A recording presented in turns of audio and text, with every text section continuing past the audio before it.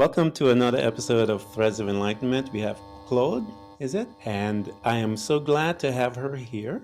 She is going to tell us all that she has created today.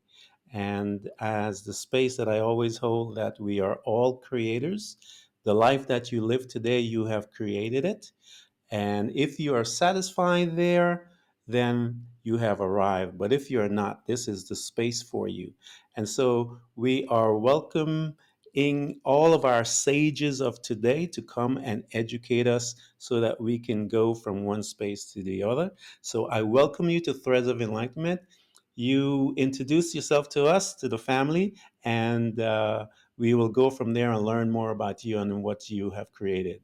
Thank you. So I am by career an educator. Mhm. So I spent 25 years in the classroom teaching eighth graders, so 13 and 14-year-old kids. Mhm. So if you want to surround yourself with your 25 or 30 favorite 14-year-olds for a 7-hour day, 30 of them at a time, just imagine what my day was like. And I started doing this in the 80s. Mhm. And over the course of the decades that I was in the classroom, I found that I was struggling and they were struggling. Mhm. And it was not because of, it wasn't because they couldn't learn. It wasn't that the content was harder. It was just a struggle to keep their attention, to get their attention, to get them to focus, and to get them to engage Mhm. in learning. Anything that was challenging or difficult, I felt like I was losing them because they, as products of this fast-paced culture that we have, were scrolling through the feeds and everything. Uh, their attention span was like shorter than a 30-second commercial, I Mhm. felt like. And um, so I realized that rather than worry about the curriculum, which is what everybody else was worried about, Mhm. like my supervisor and my administrators, they were like, you got to teach you got to teach them the physics. Okay, I get it. But if I can't get their attention, Yeah. it doesn't matter. Like I'm never going to get there. So I, sat one day and really just took stock in how stressed out I was Mhm. first. And I also said, all right, this is not going to change. I need to do something different. And I went home over the weekend and I wrote down all the things, the topics, Mhm. the habits, if you will, that they didn't have, that if they had, Mhm. they would learn more effectively Mhm. and I would be able to connect with them. And I decided, at great peril to myself, because to stand in front of 30, 14-year olds and start talking about what is excellence and how does your attitude affect things, and you can control how much effort you put into things. um, I could have fallen flat on my face. And for a teacher in front of a class, like the first time you do things, there's always just like a little bit of, "Ooh, I don't Yeah. know how this is going to work out." But there I was, and I sat on my I had a little lab stool in the front, sat on my Mhm. stool, clear your desks. I want your full attention. And they could see, like, okay, what, I don't know what's going on, but this looks important. Mhm. In one, I would say I probably spoke for about 10 minutes, Mhm. and it was really just about excellence, Yeah. because they live in a generation of everybody gets a trophy and they think that's excellence. Mhm. And when I say, well, that's average. If everybody has it, Mhm. Yeah. it's average. And I posed them some questions. They just had little, scraps of paper. I handed out scraps of paper. They had something to write with. Mhm. And I asked them some very thought-provoking, open questions that would apply to each of them individually, Mhm. but all of them as a Collective. group. Mhm. And so, this person's story was different than that person's story, but when you ask an open question, they're coming from their Yeah. perspective and their answer is very meaningful and personal to them. Yeah. And in one day of starting, I always did it on Monday mornings. Mm-hmm. It was kind of like how I was going to start the week, set the tone, do all of that. In one day, I saw a difference. And then I had teachers come to me Mm-hmm. and say things like, I don't know what you did in class, but they were talking about it in my room. Wow. I couldn't get them to do my lesson because they were talking about whatever happened in here. Uh-huh. And then the phys ed teacher said, I don't know what you did, but they were all talking about it in the locker Mm-hmm. room. And I'm like, oh, this is something. And then the cafeteria um like monitor Uh-huh. came and she was like, they were all talking about your class in lunch today. And I'm thinking they could talk about absolutely anything at Yeah. lunch, right? And they were talking about, I had done this meditation, Mm-hmm. um and the point was to show them the power of their mind. Yes. Like with your thoughts, you just physically transformed your body. Yes. Like, and I had them notice very significant visible changes. Mm-hmm. And that was it. They were hooked. So I thought, "Whoa, okay, I'm glad I took the Mm-hmm. risk because, Yeah. I really truly wasn't sure how this little experiment was going to work out. Yeah. And I had said to myself, I'm going to do this for 10 Mm-hmm. Mondays, like 10. I'm going to, and one of two things will happen. I'll see a change and I won't be so Mm-hmm. stressed and I will feel like I'm making a difference. Or they will graduate 8th grade, they will go to the high school, nobody will remember that this happened, Mm-hmm. and Yeah. the experiment will have failed. And at the end of 10 Mm-hmm. weeks, I shared with them, well, guys, it's been 10 weeks that I've been doing this. And they were like, well, aren't we going to do this every Monday? And I said, oh, okay. Because there was still, several weeks left in the Yeah. year. Because I really came upon this like sort of midway through the year, saying to myself, "Oh my goodness, they're no more polite or productive than they were in September. What am I doing? Yeah. Yeah. They're never going to be ready to leave here." And I carried it through to the end of the year, and I had 14-year-old boys leaving me thank you notes on my desk after class. They would like slip a piece of paper Wow. and I was like, that's something. Yeah. Because 14-year-old boys, most people like, how was school? Yeah. Fine. Like, Yeah. you get the monosyllabic grunting and that's Mm-hmm. it. And I had kids who would linger after class to share Wow. with me That is beautiful. like their personal Yeah. experience. And some of the I mean, and every topic, it's funny because every topic struck everybody Mm-hmm. differently, but some, depending on where they were, it was the sweet spot that they needed to Yeah. hear.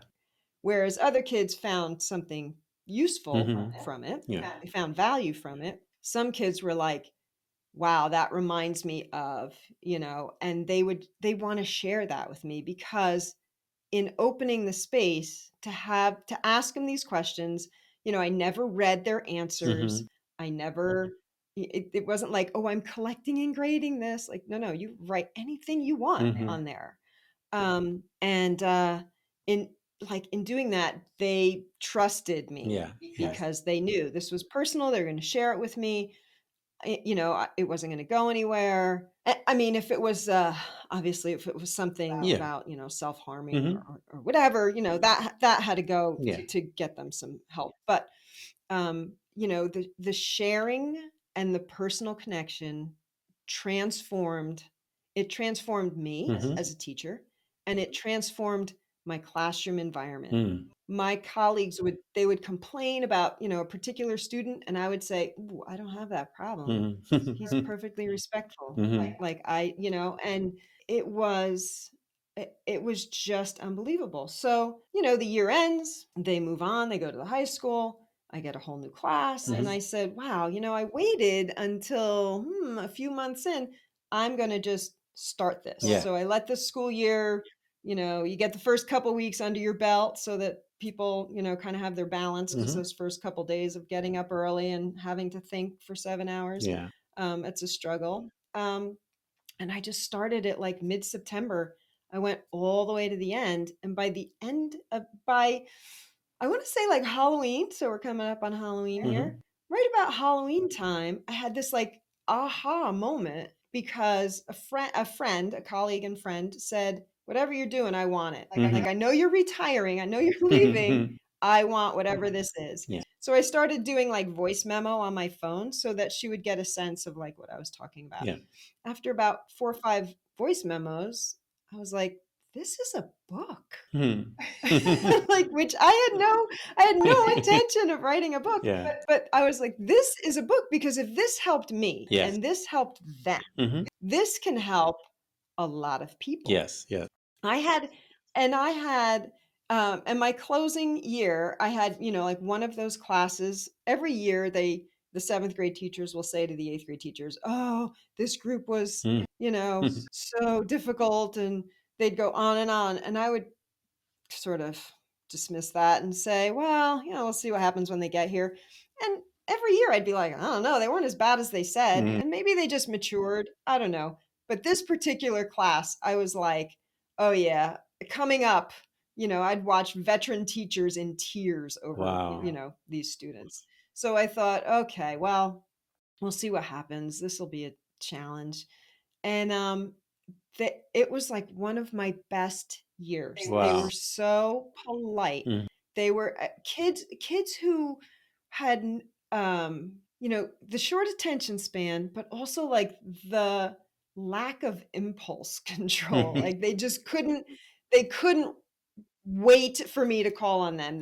They had to blurt it out over Yeah. somebody else. They were constantly interrupting. Like those kids, I literally stop they just became self-aware because I would point out Yeah. that they were interrupting, and all of a sudden they became aware of the fact that they did that a lot. Mm-hmm. Mm-hmm. And I'm like, you do. So just think about it. Like I just want you to become aware of it. Yeah. And the more awareness I I allowed them to have, the more self-checks Yeah. they did. Yeah. And the fact that I was a public school teacher, so the book has no religious basis. It Mm-hmm. could be used for everyone because I wasn't in like a parochial setting or a private school or anything like that. Truth is truth. Um, and so it connected, yeah, it connected to, I had Muslim students and Yes. Jewish students, Catholic, all of it. And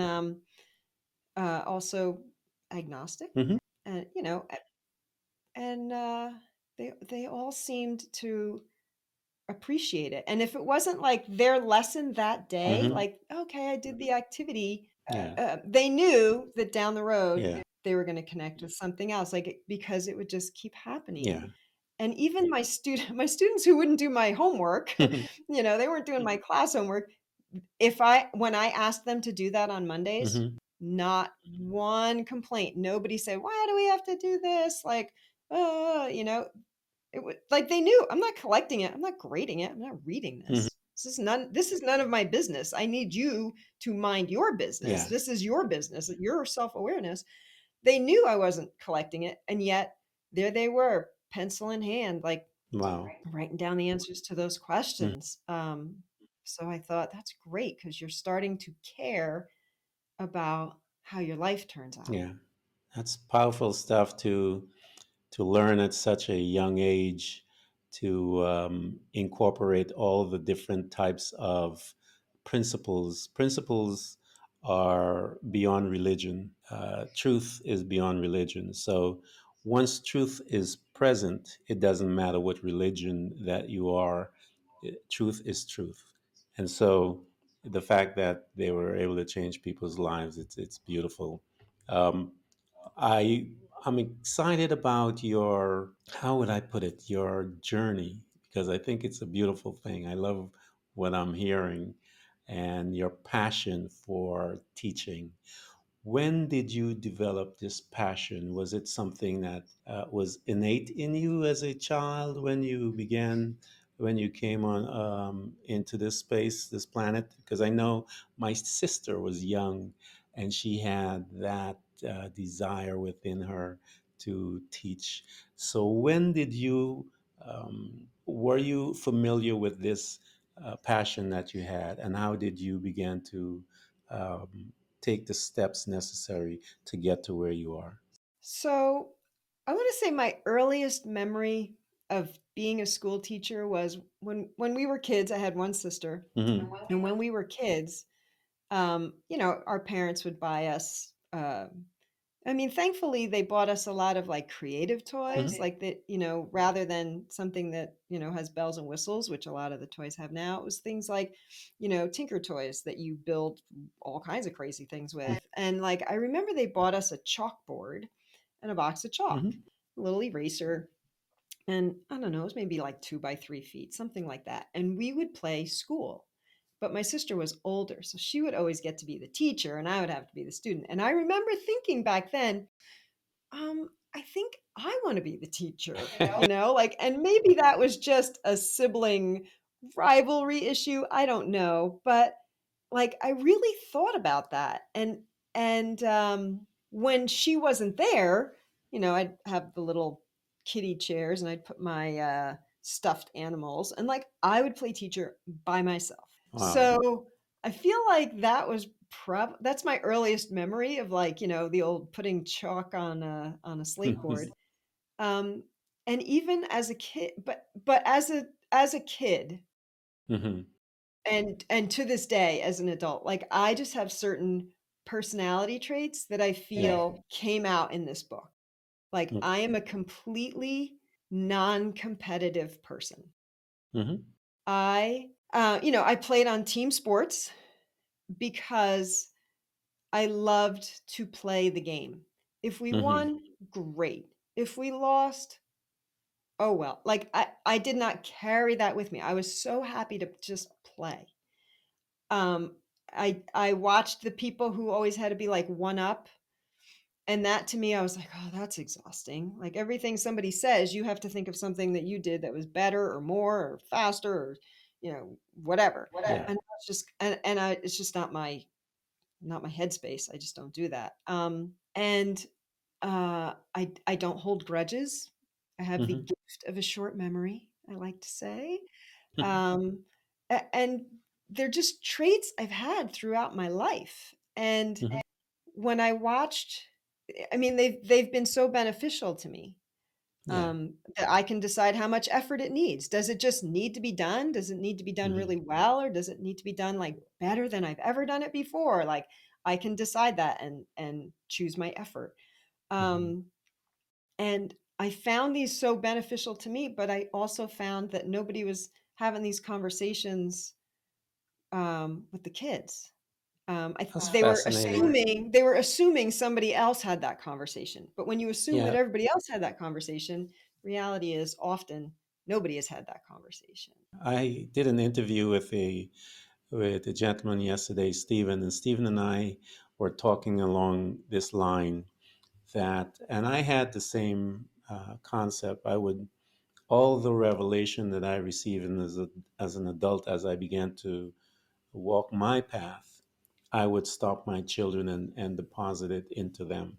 I made them aware of this aspect of the totality of the human spirit. The education system focuses on just the academic aspect of the growth of that individual, but they have never incorporated the spiritual, the other side, that personal integrity, as you mentioned, um, the stuff about learning to love themselves, the stuff about learning how to have the right attitude to govern your life. Those types stuff, the questions that everyone need to ask in order to become a better human spirit. And I think as you bring those two aspects together, you create a better individual, a better human spirit, one that understands who they are. And from that space, then they can govern their lives. They can take humanity, take their families to that next level, because I'm sure they will then incorporate that into their children's lives and their families and so forth. And so I think it's a beautiful thing that you guys are in the midst of. I mentioned the same to Stephen, that you're in this beautiful paradigm that is absolutely beautiful to watch. So I want to learn a little more about you. You go straight to school and from high school and become a teacher, study to be a teacher, or did you do something else? How did you get to the space as a child? You said I wanted to be a teacher. So did you continue on that road, or did you veer off?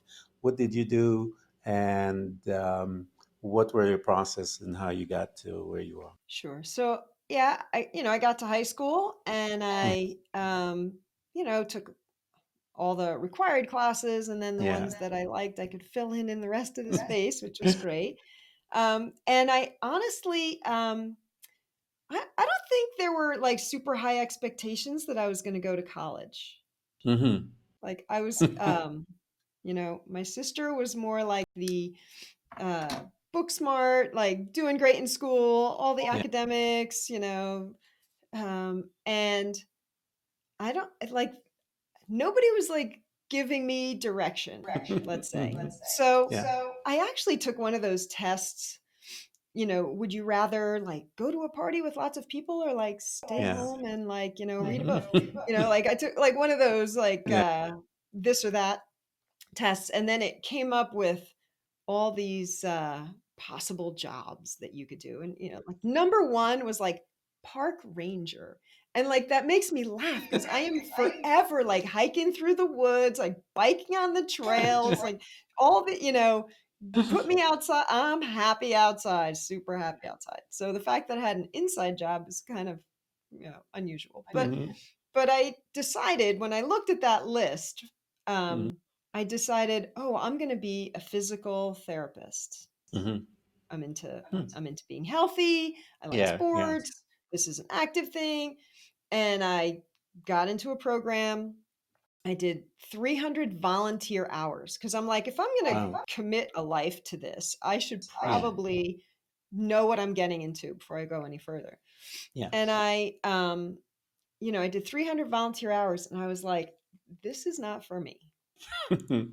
It just what like everybody there was Yeah. rehabbing something, and they were so angry Yeah. because Yeah. this hurts and that hurts, or they were angry because they had a stroke and now they needed rehab. They were angry Yeah. because they had a sports injury and now they couldn't play for the rest of the season, and I was just Mm. like, I can't be, yeah, I cannot surround myself in this much anger. Like Yeah. it Yeah. was not a good fit. So thankfully I realized that, and at the same time I got a job for the summer at a Mhm. residential camp for multiply handicapped kids. Mhm. And I thought, I need a summer job, right? Money is Yeah. a thing because I'm paying for Yeah. school. And when I was there, I realized like, this is what I want to do. I Nice. don't, yeah. So I switched majors. I Hmm. loved science. And so Yeah. becoming a science teacher it was Mhm. just a perfect fit. Yeah. I already had a lot of, you know, um, biology and chemistry already in college, but I liked those classes. And then Hmm. once I added the teaching component, I was like, this is terrific. I'm happy to Wow. be here. And so I taught both special education and Mhm. regular education. And I watched it over the course of 3 decades, four Mhm. decades, a lot of time. Um, I just watched it like transform from 80% of the time Yeah. I would say things like, I can't believe they pay me to do this. This is great. That's beautiful. And 20% was like, this is the aggravation I have to get through to get to the 80% of the time. And like by the end, I was Yeah. like, 80% of the time, I'm stressed out. And 20% of the time, I shut my door and I'm like, hey, everybody, let's do science. And so that's when I knew, I had to change Yeah. because the system changed. They wanted Yeah. everybody doing the exact same thing at the exact same time on the exact same day. And I was like, whoa, I'm too creative. I'm like that round peg, and they were trying to shove me in the square hole, and Yeah. I'm like, this is never going to work. So, yeah, I kind of quietly did my own thing, stayed under the radar a little bit. I gave them what they wanted. Oh, you want my Mm-hmm. plans by this time? Like, I gave them what they wanted Mm-hmm. so that I could then just fly, Fly. Yeah. under their radar, and it wasn't like a situation. But How did you begin to ask yourself those questions that you now place to the students to help them navigate? How did you begin to ask those questions and answer them and see the change within you? Because you have to do that before you can see it to them. How did that transform you? How did it begin? Talk to us a little about that. so um, I am by nature an introverted person. Hmm. So I will think out all kinds of things in my head before anything comes out of my mouth. Hmm. And so you just have life experiences, and you'd watch interactions of people, and I would be like, oh, I I see what happened there. That's so not how I would handle it Hmm. because of, what I believe in. My, Hmm. like I wouldn't cheat anybody. I Hmm. wouldn't, um, you know, you, and high school. I Yeah, mean, yeah. there, there's some lying going on, and there's some, all kinds of Slightly. nonsense. Like, call it what it is. You know what I mean? They're backed into a corner, and they're gonna Mhm. they're coming out Yeah. swinging. So, um, I was self-aware that way. I Hmm. also did not, this is going to make any teacher out there possibly cringe. I was not like the most studious of students. I didn't like reading. Hmm. Oddly enough, now I wrote a book. But Yeah. I didn't like reading, and I think it was because they were telling me what to read, and I wasn't interested in what they wanted me to read. Yeah. And once I realized that I did like reading, I just didn't like being told what to read, and I didn't want to read these novels, Hmm. like The Scarlet Letter. Like, some people love it, and Yeah. I think they still teach it, and I'm like, I get it, human, flaws, but at the time, I just thought, I don't want to read this. Um, and I just started reading stuff I wanted to read, which turned out really to be a lot of autobiographies. Hmm. Um, and I took a lot of lessons from people who accomplished great things. Yes, yes. And read the Bible, just like cover to cover, like just like as a study. Yeah, yeah. Because I was raised Catholic, which anybody Hmm. raised Catholic is like, you don't have to read the Bible because they'll just tell you what you need to know at church. Yeah. Like that's kind of like the, that at least that's what it was back then. And when I read it myself, I was like, oh, this is open to interpretation. I don't have to just Yeah. take that guy's word Hmm. for it. Yeah, yeah. Um, and I just started reading what I wanted, and Hmm. started deciding what I wanted to be. Yes. Like, if I want to be honest, I'm going to be Yeah. honest. Like, it's a Yes. choice every day, because there's Yes. often the opportunity for a white lie, Hmm. or there's the opportunity to just keep your mouth shut. Yes. Like, just, or say, oh no, I'm sorry, I can't make it. I don't have to make an excuse. Or I Yes. really don't, no, thank you. I don't want to go to Yeah. the Yeah. horror movie because I hate horror movies. Like, rather Yeah. than be like, oh, I'm busy and blah, blah, blah, I would just say, yeah, no, thank you. That's just not my cup of tea, and move on. And I think I just started building that for myself. Hmm. Um, and, watching other people. I had some coaches, and I had Yeah. some, Hmm. there were a few of my teachers that I really thought very highly of, and I Yeah. sort of examined, well, I might not like the subject they particularly teach, but this Mhm. is what I like about them, Yes. you Yes. know. And I wanted to just emulate people that I admired, Yeah. until suddenly it was just well, that's just who I am. Yeah. I don't have to think about it anymore. Yes. Hmm. Not a thought process. It's just It's natural. just who, yeah, it's who Yeah. you are. So, It's just in the flow. But yeah, I had the bumps and bruises along the way of you lose some friends. You part of know, growth, I think. yeah, and even as an Yeah. adult, and now I just think of it as like there were friends that I had, Hmm. and like a friendship doesn't necessarily last your lifetime. Like some of No. these people who were like, "Oh, I still get together with my three friends from third grade," and I'm like, I so don't do that. Like, I just don't. Like, I haven't found those people. Yeah. I guess I didn't find them when I was 8, right? And Hmm. now when I find people, I realize the friendship could last a really long time, Yes. or it could expire Yeah. because sometimes, things change. Yeah, that's life. I think as you identify the reason why someone is there in your space, it can be, as you said, for a season or for a long time. And so only time will tell who is who, but you continue to be who you are and you continue to grow as a person. And growth is a great thing. It can identify those that are just nutty in a sense, where you get a chance to see someone's behavior as you begin to become more introspective and grow as an individual. Introspective in this sense that you're questioning your thoughts, you're questioning what you think and how you are. I love the fact that when you talked about learning about the different attitudes, and one of the things that I dealt with in the book that I wrote is about the attitudes of success.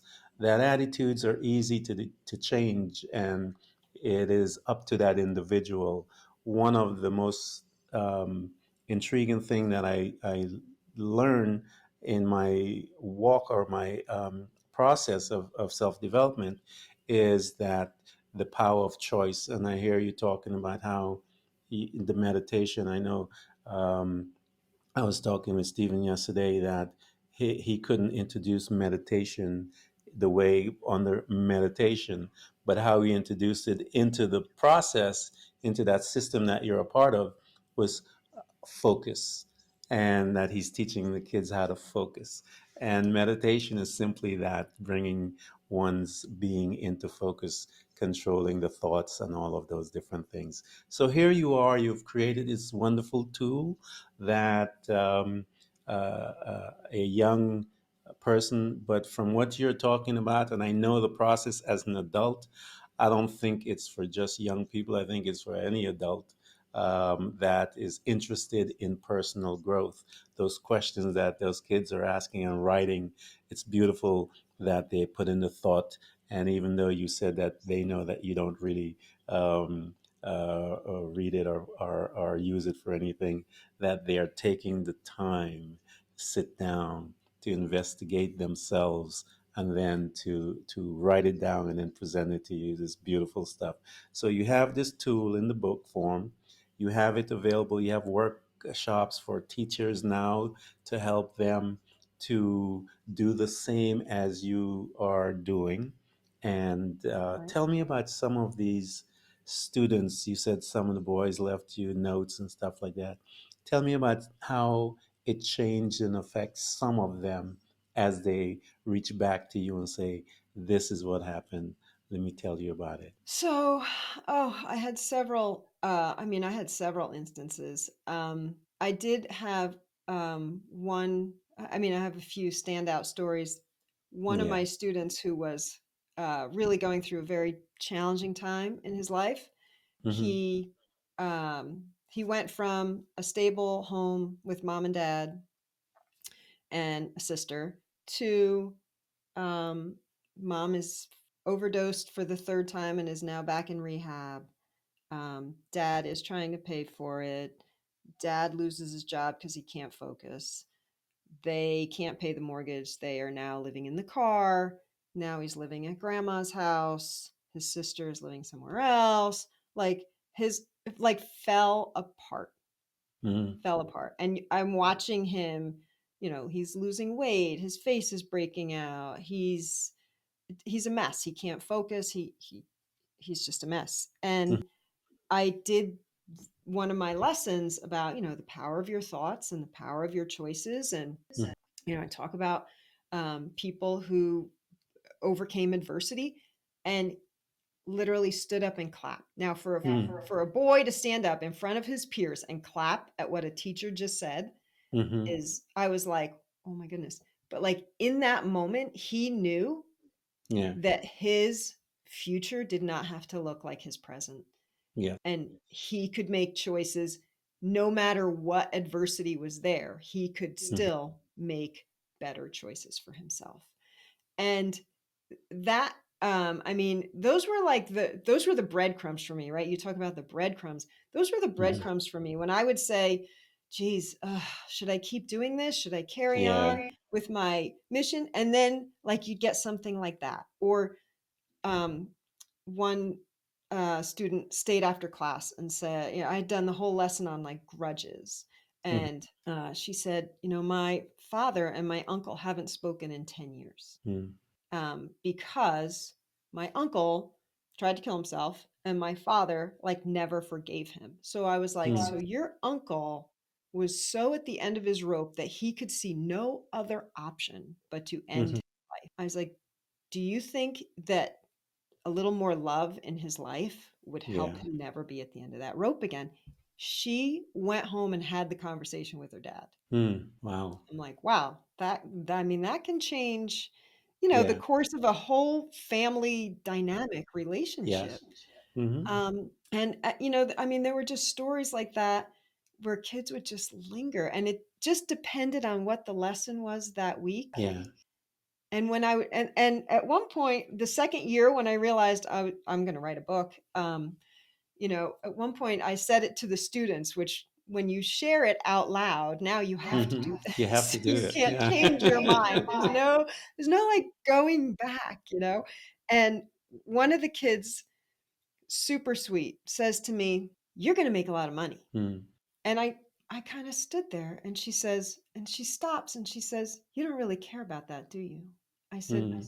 "Not really. Like that's not what I was thinking when I wrote a Yeah. book. I just Yeah. figured if it helped me and it helped you, I can Yeah. help others. The only way to do that is to write a book, Yeah. And she was like, and she said, this has been so helpful to me Yeah. because she was really, she was a nice kid, nice family, but not a lot of like deep thought or self-awareness. Mhm. Um, and I did have parents say this made a difference. Like they had a really good year, better than they expected Yeah. because of the changes in behavior of their kids. And I thought, wow. Yeah. That's the key. I've always say to people, the reason why you go through what you go through is number one, you are the best candidate. Number two, you are the best candidate because um, we knew and God knew that you would take those lessons and those experience that you have been through, and what I say, you turn it into food. The reason how you turn it into food is like you did. You wrote that book. You took what your experience, and then you put it into a format where it's palatable to someone. They can sit down, they can now partake of that same meal that you took part of, and they can gain, maybe they can even make the meal a little better as they progress in their life, put in a little more spice, this and that, according to their taste. But you have created something, and the purpose of starting the process of becoming to know who you are, it is to become a servant. You, the joy that you receive as one that is in servanthood is priceless compared to the monetary value that people put in it. The money and all of stuff will come because people see the value in that product that you have put out, and they will, because of the need in their life, they will pay for that, and so that'll come. But that's a byproduct of your intention. Your intention was not about the money, or it shouldn't be. Your intention is to be No. that servant to people, and to get those stories. As you were saying, you were wondering, am I doing the right thing? That story comes. It strengthens your faith, your belief system, to move and go deeper, and fortify yourself to get better, learn more of who you are, and to fine tune your product, so that the next person that you sit down, you've gained a little more, and you are now taking them further. You, as I mentioned earlier, you're in a paradigm shift that is happening within the education system. What is happening with the teachers? A lot of them are being put in a situation where they have to rethink how they're going to teach, like you did. How do I get the results that I intend to do? I love the combination of both, what Stephen had said, the supernatural side, the quiet side, the unmentioned side, and you have the mentioned side, which is the academic, and marrying them together and creating this beautiful group of people. I can't wait to hear more stories about what they do and what they have brought into your life. I want to thank you for coming to Threads of Enlightenment. Go ahead, tell us, yeah. So, as I mean, as an educator, I wrote this for students. I will tell you, Mm-hmm. I've had adults Yeah, read this and say, I they know need a lot to. of adults who would benefit from this. Yeah. But what I went on to do after that was, Mm-hmm. and I realized, because I took the risk and I stood in front of those kids and said, man, I really hope this is not a plane crash, you know? I actually went in and wrote a teacher's edition, which Yes. has the same activities, but then you can bring the class together, continue the conversation, and nobody has to share personal information. So it's like crafted with young adults in mind, because Mm-hmm. they'll write their personal stuff down on a paper, but they're not going to share their personal stuff in a class that, maybe not many or any of their friends are in that class, and Yeah. they might not really trust it enough. Mm-hmm. But if all of a sudden you say, well, okay, now we're going to take a character from the book that we're reading, and we're going to examine their behaviors and Yeah. decide, well, is this like good for them and it feels Mm-hmm. good? Is this bad for them but it feels good? And like and like now all of a sudden we've all got the shared experience. Maybe we're all reading the same book and Mm-hmm. in English class, and now you're analyzing that, and then you take it to your own self, like which one of these traits do I associate with any of them, and I really made it very friendly for teachers. Mm-hmm. And that's how I teach my workshops, because I want, obviously, the topics are there and teachers have a lot to prepare, so I have a lot prepared for you, but you've had your own life experiences. Yeah. That's the spice. Like, add your personal anecdote, Mm-hmm. add your personal story, part of your Yeah. journey, something that speaks to you, because that's going to make the difference when you connect it Yeah. with your students, and when you Yeah. connect that, when you build that relationship. Well, I encourage everyone to go and get everything, students, adults, because adults need this to become better. The teachers also, any teacher listening, students listening, go and get everything that you can get to. Get into the workshop, get into everything. It is my hope that you become better and take it to the next level, so that you can change the life of yourself and your family. Thank you so much for coming again to Threads of Enlightenment and spending your space and time with us. I deeply appreciate all that you have shared, and it is my hope that you have all the prosperity with the books, because I know as people get hold of it, the truths are there for them. Religion does not trump any type of truth. Thank you so much for coming. Thank you so much for having me. It has been my great honor and pleasure to speak with you today. Thank you. Thank you. Everyone who's listening to this podcast, we hope to continually help you to learn how to embrace moments of darkness, because it is in the darkness that we learn how to develop and use our abilities to truly see those parts of ourselves, often invisible to us, in the light.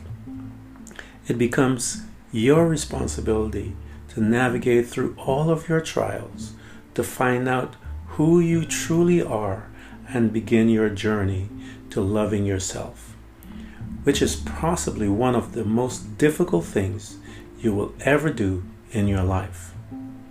To love yourself and to find the real you, but always remember to enjoy the journey.